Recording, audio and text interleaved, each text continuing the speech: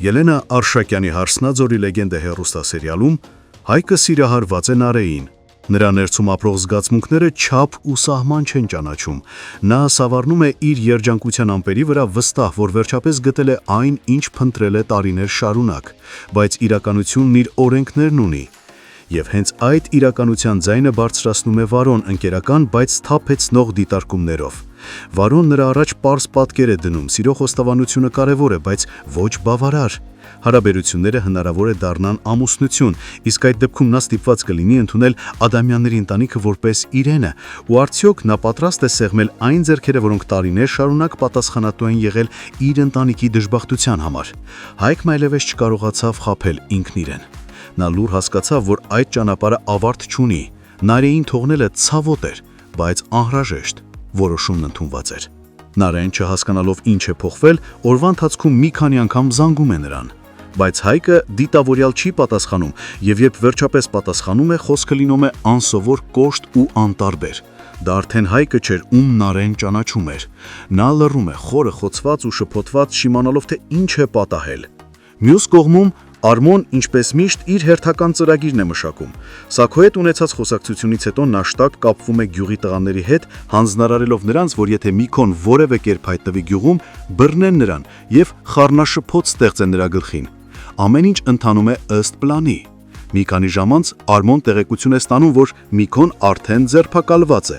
Նրա ուրախությունը թաքցնելը անիմաստ է։ Նա ուղևորվում է գյուղ, վճարում գրավն ու ազատում Միքոյին։ Դրսում ազատության մեջ հայտնված Միքոն անանկնկալ է գալիս, տեսնելով հենց Արմոյին։ Նրա հայացքը լի է զարմանքով ու հարցերով, իսկ Արմոն սառնասարտորեն հուշում է, որ գուցե նա սպասում էր իր եղբոր Հայկին։ Հիմա այդ պահը եւս Արմոն օգտագործում է իր համար, շահելու Միքոյի վստահությունը, ցույց տալու իր կարևորությունը, ամբրապնդելու դիրքը Սաքոյի առաջ, իբրև պատասխանատու մարդ, ով նույնիսկ Միքոյին պաշտպանեց գյուղի տղաների վրեժխնդության համար։ Նա պատրաստ է այդ ամենը դարձնել իր հերթական շահի աղբյուր։ Վերադառնալով քաղաք, Արմոն ուղիղ գնում է Հայկի աշխատանքի վայր։ Նա հանգիստ ու խաղացած դերում պատմում է Միքոյի հետ տեղի ունեցածի մասին, իբրև թե բարեկամաբար, կարեկցանքով, բայց Հայկը հասկանում է, այստեղ ինչ-որ բան այն չէ։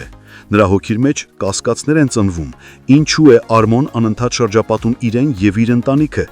ինչ շահ ունի այս ամենի մեջ, եւ որքան ավելի է Արմոն մոտենում, այնքան ավելի պարզ է դառնում։ Նրա ներկայությունը վտանգ է բոլորի համար։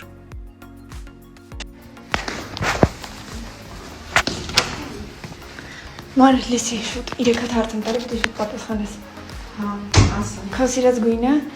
Ասել։ քո սիրած օրվա ժամը, Օրվա ժամը Հա։ 12։ այսինքն 12-ը որ մեկը։ Օրվա ժամ։ Այդ հիշեցի։ Հիշեցի։ Իսկ քո սիրած ուտեստը։ Սպապաս։ Վայ, մամայ սարճին եմ սիրում, սպաս։ Բորշ։ Իրականում ուզում եմ ձեզ հետ կիսվել, թե ինչի համար է սկսել գալ մարզասրահ։ Մի օր ուղղակի ինձ պետք է չափել իմ ոտկատեղը։ Ես չափեցի եւ իմ հայրամենքի սարսափելի տիպ 81 սանտիմետր։ 81 սանտիմետրն է իմ բոյի ու իմ կազմվածքի համար շատ է։ Դիմակացեք ինչ եմ ես գալիս մարզասրահ, հենց դրա համար, որ այս 81-ը գոնե դարձնել 70 մինիմալ իմ նպատակը։ Այնպես որ առաջ։ Ես ուզում եմ շնորհակալություն հաղորդել Հայտնենք թերթը Եմինալենիա TV-ին լուսաբանելու համար, մեր նոր նախագծին անդրադառնալու համար եւ մեր ամուսնական զույգի երկու աստիճանաբանդակը մեզ հետ քաշ տալու համար։